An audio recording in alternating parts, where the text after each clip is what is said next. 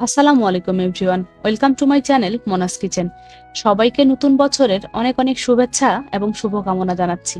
নতুন বছর উপলক্ষে আপনারা অনেকেই অনেক কিছু করেছেন, আমাকে অবশ্যই জানাবেন আপনারা কে কি করেছিলেন। আমার পরিবারের মানুষের আবদার ছিল তারা ভুনা খিচুড়ি খাবে, আমি রান্না করেছিলাম, সে সাথে রেসিপিটি আপনাদের সাথেও শেয়ার করছি। প্রথমে কড়াইয়ে আমি 250 গ্রাম পরিমাণে মুগ ডাল এবং 250 গ্রাম পরিমাণে মসুর ডাল ভালোভাবে ভেজে নিচ্ছি। অন্যদিকে 1 কেজি পরিমাণে পোলার চাল আমি ভালোভাবে ধুয়ে পানি দিয়ে ভিজিয়ে রেখে দিচ্ছি। খিচুড়ি রান্নার সময় আপনারা যদি ডালটা খুব ভালোভাবে ভেজে নিয়ে রান্না করেন তাহলে খিচুড়ি থেকে খুবই সুঘ্রাণ একটা ছড়ায়, মানে মিষ্টি সুঘ্রাণ। এবং একটি ডালও কিন্তু গলে যায় না, প্রত্যেকটি ডাল আস্ত থাকে, কিন্তু প্রত্যেকটি ডাল অয়েল কুক হয়। চাল ওইদিকে 15 মিনিট মতো ভেজানো ছিল, এরপর ভাজা ডাল অ্যাড করে আমি সেটা আরো 15 মিনিট ভিজিয়ে রাখবো। আমি আজকে খিচুড়িটা ব্রয়লার মুরগি দিয়ে রান্না করব, তাই ব্রয়লার মুরগির মাংসগুলো আমি মোটামুটি ভেজে নিচ্ছি। আর মাংস আমি লবণ, হলুদ, শুকনো মরিচের গুঁড়ো এবং ভিনেগার দিয়ে মেরিনেট করে রেখে দিয়েছিলাম। অনেক সময় হয় কি, খিচুড়িতে মুরগি অ্যাড করার পরে সেটা দেখা যায় গলে যায়। আপনারা যদি ভেজে নিয়ে তারপরে অ্যাড করেন তাহলে কিন্তু একটা মাংস আর গলে যায় না। আর ভিনেগার অ্যাড করেছি ব্রয়লার মুরগির যে এক্সট্রা একটা স্মেল আছে সেটা দূর করার জন্য। মাংস ভাজা হয়ে গেলে অবশিষ্ট যে তেল আছে সেখানে আমি 1 কাপ পরিমাণে পেঁয়াজ কুচি দিয়ে দিচ্ছি লবণ। এতে পেঁয়াজ তাড়াতাড়ি ব্রাউন হয়ে আসবে। অন্যদিকে পোলাওয়ের চাল এবং ডাল আরো 15 মিনিট হয়ে গেছে ভেজানোর, সেটা আমি পানি ঝরিয়ে নিয়ে নিচ্ছি।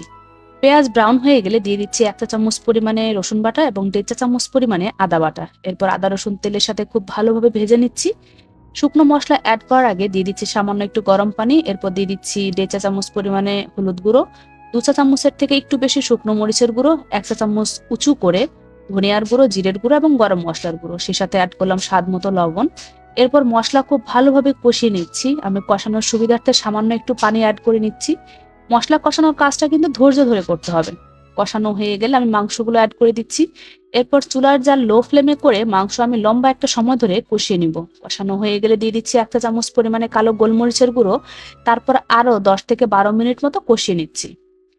এ পর্যায়ে কষানো হয়ে গেছে, আমি এখন অ্যাড করে দিচ্ছি পানি ঝরিয়ে রাখা চাল এবং ডালগুলো।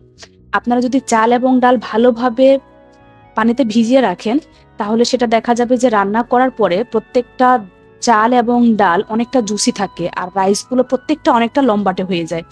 মাংসের সাথে কিন্তু চাল ডাল খুব ভালোভাবে ভেজে নিতে হবে, এতে খিচুড়ির মধ্যে মাংসের সম্পূর্ণ সুঘ্রাণটা চলে আসে। ভালোভাবে ভাজা হয়ে গেলে আমি এখানে অ্যাড করছি গরম পানি।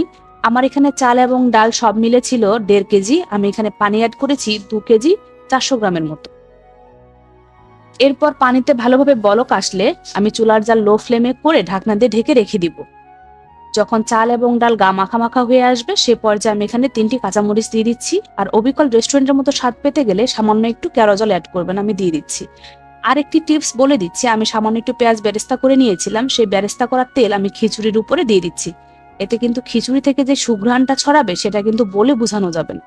এরপর ভালোভাবে নেড়ে চেড়ে দিয়ে আমি উপর থেকে দিয়ে দিচ্ছি পেঁয়াজ বেরেস্তা, তারপর ঢাকনা দিয়ে ঢেকে আবারও কিছু সময় দমে রেখে দিচ্ছি। এ পর্যায়ে আমার রান্না টোটালি কমপ্লিট হয়ে গেছে। আশা করছি আজকের রেসিপিটি আপনাদের ভালো লাগবে। যদি ভালো লেগে থাকে অবশ্যই আমার চ্যানেলে একটি ফলো দিয়ে আমার পাশে থাকবেন। সবাই ভালো থাকবেন, সুস্থ থাকবেন। আসসালামু আলাইকুম। আল্লাহ হাফেজ।